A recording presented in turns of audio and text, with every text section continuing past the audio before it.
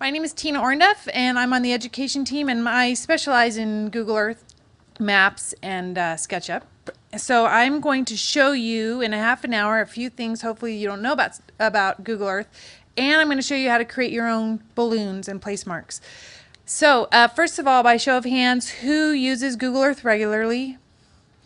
And who has seen their house in Google Earth and their school? And who's gone under the ocean? And who's gone to Mars and to the moon? And who's created their own content? Besides you, Jennifer, that's no fair. She's the program manager for Ocean, so she's cheating. All right, so for a lot of people, going to their house is what people do in Google Earth, and they go in, they see their house, and they go out. That would be like you found the treasure on the Titanic, and then you didn't actually open up that treasure box, and then you swam away. Same thing. So I refer to Google Earth as a treasure box. There's huge amounts of resources in here, that's content already created. So I encourage you to play around with all of the exciting things that are in here, especially down below here to the right. You see a thing called layers. When you have time on your own, explore the layers panel. So for today, I'm just going to talk about balloons or place marks, and I'm going to show you a few that exist in there already, and I'm going to show you what it means to create a place mark and why you want to create place marks. And then I'm going to also show you how to embed a picture in there and embed a video. So first of all, as you travel through Google Earth and you find things that are relevant, Will showed watershed, aqueduct, California aqueduct information in his brief presentation earlier today. What you want to do as you find important things or find things that are relevant to something that you're teaching, you want to mark it. You want to create a place mark. So as you see over here in places, I have all kinds of things that I've place marked over time. So what you do is you start collecting these things, and you collect them in folders. So for example, here I have a collection of some places from the National Geographic Mega Flyover Tour. So these are things I like to show because they highlight some of the content that's in Google Earth. Give it a second to load here. Now it's not going to behave, of course. Give it a second. It's still loading. It's supposed to, you're right then is when you're supposed to say, "Wow, that was so cool and so neat." It's not. Huh? Yeah, no, let's go somewhere else and see if we can find something else. It's like the imagery is taking forever to load right now, so we'll just give it a second. So all you see here is I've created some content or a place mark where you're supposed to see a bunch of seal babies, and you're supposed to say "ah." Yeah, maybe Jennifer suggested I restarted. Yeah, this is okay. Let me just quit and see. This is a teaching moment. I'm teaching you to be patient with technology, and I'm teaching you that this will happen to you during your most important presentation, and how that's okay. And we're just going to restart. So here we go. Let's try this again. Let's try to go to see the hippos again. Might be better now. Maybe not. Here we go. Here we go. There. It's coming in. See? Hippos. Right? So I found that as part of so if you're teaching something about Africa and you wanted to show some of the richer content, then I just made a collection of these place marks, and I put them all together in a folder, so that way the next time I don't have to go searching for all of them all over again. So this is content that this is imagery taken via airplane that's draped over Google Earth, but this is already in there for you. This content is just a matter of finding the things that you find important that are relevant to what you're teaching. So I'll go through a couple of more of these so you can get a sense. So these are just simple place marks that I found. And so what I've done is I've simply created a place mark using our place mark tool, and I save them and I've collected them. So I'm going to show you how to do that in a second. So that's one type of place mark.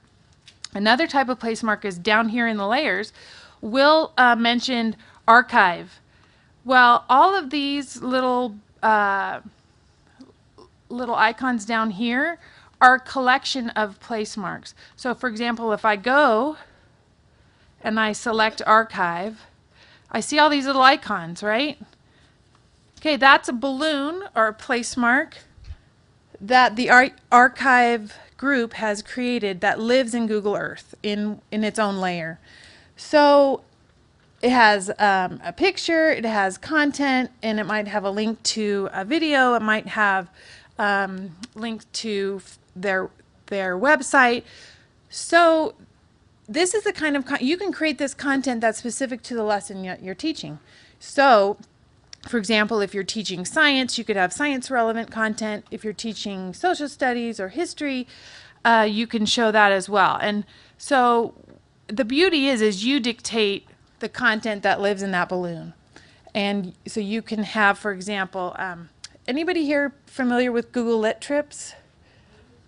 So so Google Lit Trips, Jerome Berg does a wonderful job at creating literature that is mapped in Google Earth. But he doesn't just create a series of place marks with a bunch of repetitive content from the actual book. He didn't want to create, it's not Cliff Notes for literature. That's in Google Earth. That's not what he's done. For example, I'll show you. If you just go to googlelittrips.org or googlelittrips.com, both works. And I at the end and on the GFI website, I will make sure that you will have tons of links to tons of Google Earth content that you can see as an example. So for example, he did Grapes of Wrath. He has taken Grapes of Wrath and he has placed it into Google Earth. So what does that mean? Well, it doesn't look all that exciting. He's just mapped their journey. But what gets exciting is when you go to the first place mark, and in here he has chapter 1. He has thinking about the story. He talks about, count how many times Steinbeck repeats the word dust in this chapter. He has a link to a video of the dust storm from the Smithsonian and other bubbles that or place marks that he has. He's created like sound bites of typical music from that time period. So he's put it all together. So this is just yet another example of what you can do with a balloon in Google Earth. You don't have to, you can also have students create their own content. For example, if you're the pre-service teachers that you're working with, instead of having them do a traditional literature lesson, give them the option of doing it in Google Earth, utilizing YouTube videos or pictures, and make it interactive for students. Have the study questions be in the balloons. So that's another example. And as I mentioned, within the layers panel we have tons of content. Excuse me, right? So if you look over here, all of these, and when you turn them on, you see all kinds of balloons and place marks come up.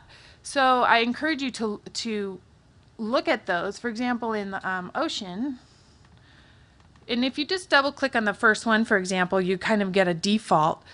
But I will show you, this is just an example of one of the place marks.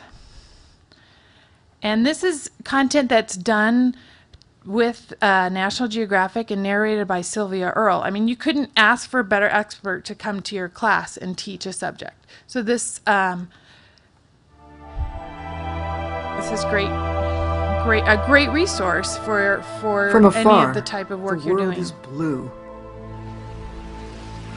with an all-encompassing ocean, the source of all life.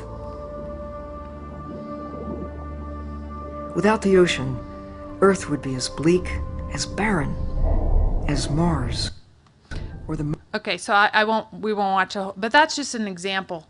of some of the resources that are in Google Earth. So now, for those of you with computers, I would love for you to go and click on something in the layers and click on 5 place marks that you've never been to before, just to look. And I'm going to give you 5 minutes to do that, and then we're going to come back and I'm going to show you how to create your own place mark. And if anybody's if you have any questions, just holler. I just want to make sure you have time to actually do some of this. Don't be afraid. If it crashes, you just restart it. It's okay. Oh, yes, Will. So, how do you actually, in the ocean view, know when you're as close as you can be? Like mine turns blurry. It seems like blurry. Yeah, so that's a good example. So another aspect of Google Earth that can be sometimes a little tricky, for example, you can go under the ocean, but and as you zoom in, you start seeing the surface of the ocean, and then you get in, and then it'll look like that, and that's not very interesting.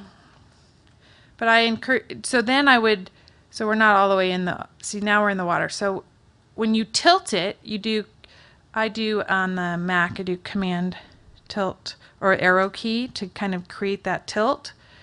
Then you can look around. But otherwise, what happens is if you're diving straight down, and even this is true on land too, if you go all the way down, the imagery can be either really blurry or you don't have any context of where you are, and this is especially true if you go straight under the ocean. So I always get to the kind of the surface of the ocean and then go down and then use the tilt keys to go up and down.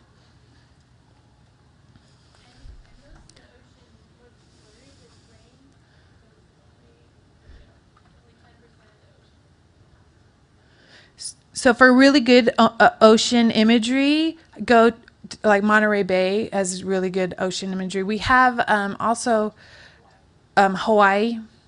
So yeah, not all of the ocean has been explored because that's a big project. But we're getting more and more all the time.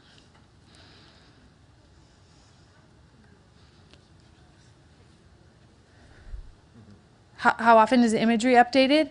It varies from place to place. It's not like on every third Thursday of the month all the imagery is updated. It really depends on the location and if there's a lot of change. And as we acquire data and imagery, so that's like a very vague answer because it is kind of a vague answer. It depends. But here's how you tell. Let me go up. Let me just go to San Francisco, for example. Here's how you tell how old imagery is while you guys are looking around. So as I zoom in, see right here, it says imagery date 5/2/2011. So that's how you tell how old something is. Biggest question I get is why is that not the most recent picture of my house? Because I just painted my house and it's not that color in Google Earth. We would love to have your updated picture, but it costs money to get imagery in there. So if your local government really would like to give us new aerial satellite data, we'll take it from you. But it just really depends on the location. But usually now, in locations where there's lots of change, you'll start seeing updated imagery. Where there are natural disasters, you'll see updated imagery because they use that for crisis response. So in some ways, if your neighborhood has not new, that means that's okay. You haven't had any natural disasters. But they try to update as often as possible. Yeah. Google it trip. Okay, so when you, for example, you find something on the web, Google it trips or whatever, you will save the file. You'll just download it to your computer. That's how I did it from Jerome's or the Google It Trip site. And then you just literally do File, Open, and you open. And the file extension for Google Earth is KML or KMZ. So that's the file type. And if you're looking for something on the web for a particular subject, do an advanced Google search for file type KML or KMZ. Those are options. All right, so let's just say now I want to create a place mark for San Francisco. I'm going to click on this yellow push pin at the very top, and I get this dialog, and I get a blinking yellow push pin. First of all, this is not a very exciting view of San Francisco. It's kind of far out. I encourage you, before you create a place mark, get to the view that you want to express. You can zoom in, you can zoom out. It just depends. And you do not have to settle for a yellow place mark. When you're in here, this dialog box, you see this little yellow push pin over here in the corner. Click there. We have one for every taste. And if you don't like those, you can create your own icon. Maybe there's one for your school, or maybe you want to have the Boston Celtics icon. You can do whatever you'd like. So don't settle for the yellow push pin. And if you don't like the size of it, you can make it huge. You can make it see-through with the opacity. So you can play around with that. So now it's not responding, of course. All right. Let's say okay. This is not closing, but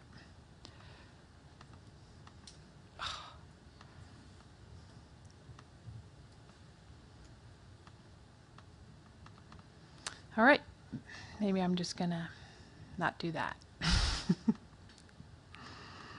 Okay, what's supposed to happen, I'm supposed to click OK, and this is supposed to go away, and then I'm going to add the description. It's just not cooperating today.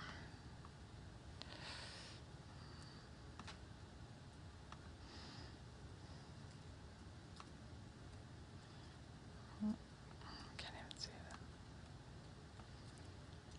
that. All right, so while I restart this, I encourage you to create your own place mark, and don't make it yellow. Make it something else and make it big, and change the altitude.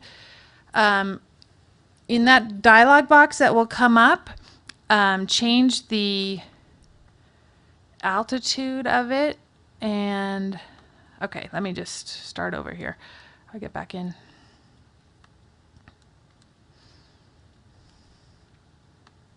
So I'm going to, once again, I'll go to the Create Place Mark dialog, and then under Style and View and Altitude, play around with all of that to see how it changes the place mark. And just create a name for it. And under Description, that's where you would put, like for example in the Google Lit Trips, that's where he put all his discussion questions. That's where he put links to pictures. It's in this description area right here. Okay, so then you find it over in the left-hand panel. Did you name it? Then you just right-click, and it'll say Get Properties, or not property, or maybe just properties on the. So right-click it, properties on PC, and then it becomes in edit mode. It's in edit mode when it's blinking.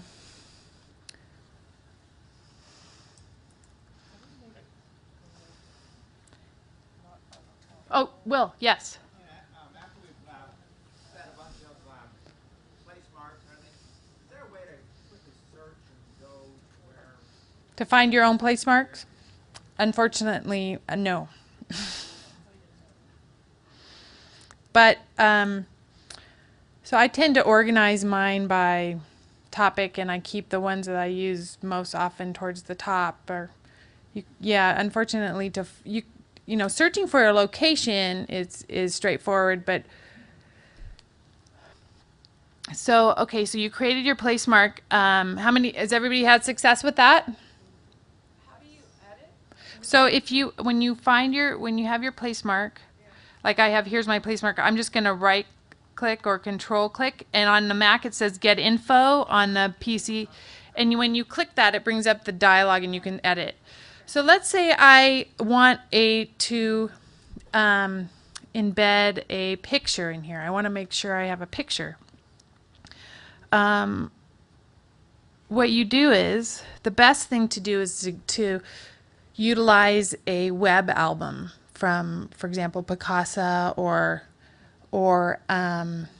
Flickr, where on a site where you can make sure that because if you refer to a picture on another website, that's okay too. You want to give proper credit, but you don't have that control about, let's say that website goes down, then your picture's not going to work any longer and that kind of thing. So I have a Picasa album, and I'm going to embed, let's say I want to embed this picture here. I'm going to see where it says link to this photo, and it says embed image. I'm just going to copy that, go back over to Google Earth,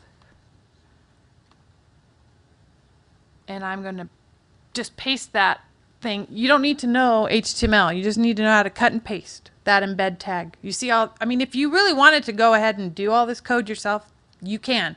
The balloons support HTML. So if you are HTML savvy and you're very clever on doing all kinds of cool stuff, you can by all means code it yourself. But for now, we can just use this embed tag. And so now when I click on there, there's my picture. Simple as that. And you can adjust the size or the placement of the photo, that kind of thing. And that's what Jerome did in the Google Lit trips. He's just putting pictures, he's utilizing video, but within the balloon, so you don't have a lot of back and forth that you have to do. Yeah.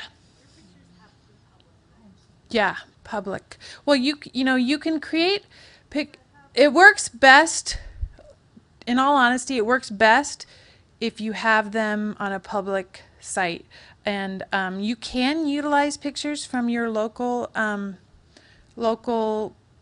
computer, but the problem is if you want to update that, you have to distribute then all that stuff separately. It's so much easier if you just do it from a refer to a public album.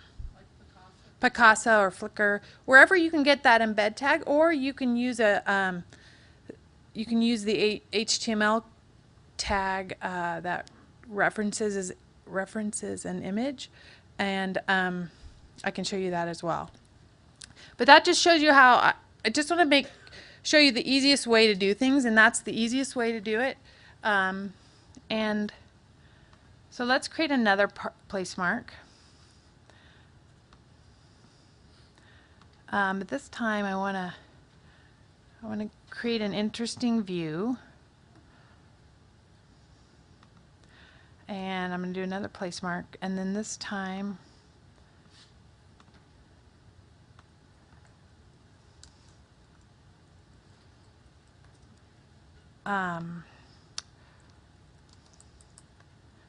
what I want to do is embed a YouTube video. So let's say this is the video that I want to embed and I want to share. It could be my video that I've created. You could have students go out and do video and publish it. Once again, it works best public on YouTube channel. That's the best and easiest way to embed videos in Google Earth. So the same kind of thing, when you hit share off of a YouTube video, you get this you see this information here, and you just click embed. Same kind of thing, you just are going to copy that code and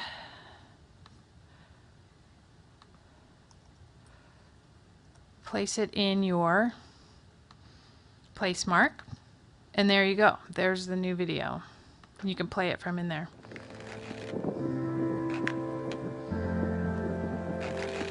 So I don't need to know how to do HTML. I just need to know how to cut and paste that embed tag. So Yes. where was that embed tag The bed tag is on YouTube when you go to YouTube. Oh, I found it. Oh, yeah, that's right.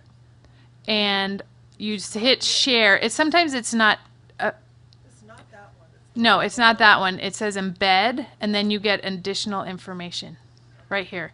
And here's where if you wanted it to be a little smaller, you could adjust the values for width and height. Okay, so fast forward, you've now created 100 different balloons, all about your content, and you want to know how can you play them automatically or create a tour. So back in Google Earth, I have this whole folder all about that I had collected for my place marks. So I have it, they're all in a folder. Now I'm simply going to hit right next to the folder icon down here, there's a tiny little play button.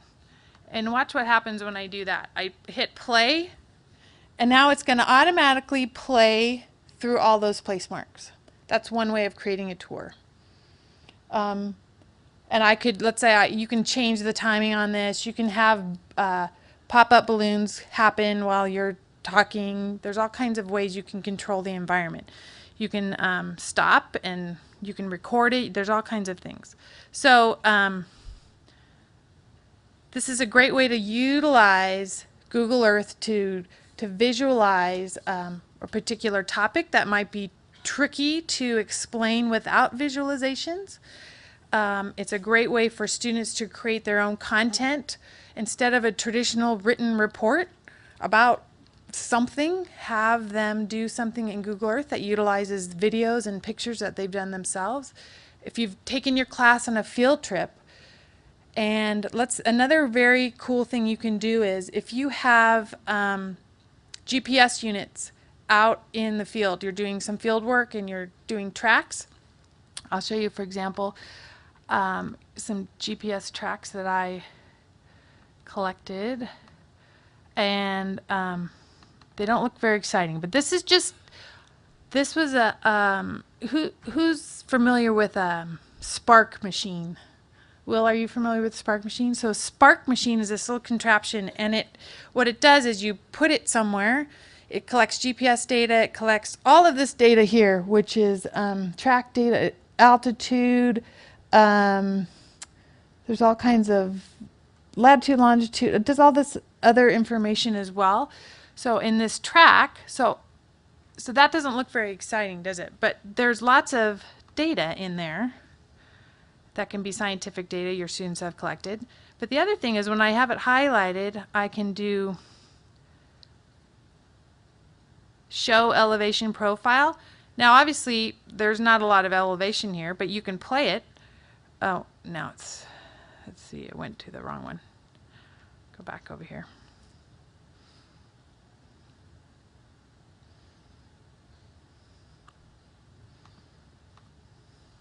So when you move this, you can see where it is. Now this isn't very exciting, but let's go to Mount Everest. And even though this is, I have 1 minute here left, and we're talking about balloons. But if you wanted to bring in your own GPS track, or you wanted to create your own path somewhere that has to do with something,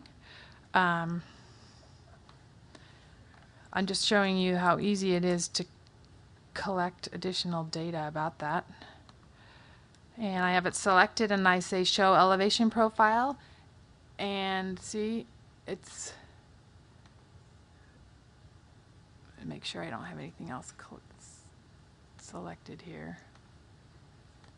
So there's a number of ways you can utilize or display data that would normally be pretty boring. If I just gave you, so yeah, this is the elevation of the GPS track I went on this hike.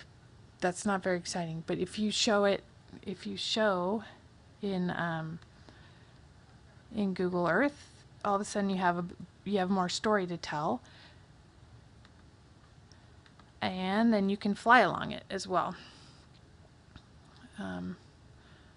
And you can set this for whatever speed.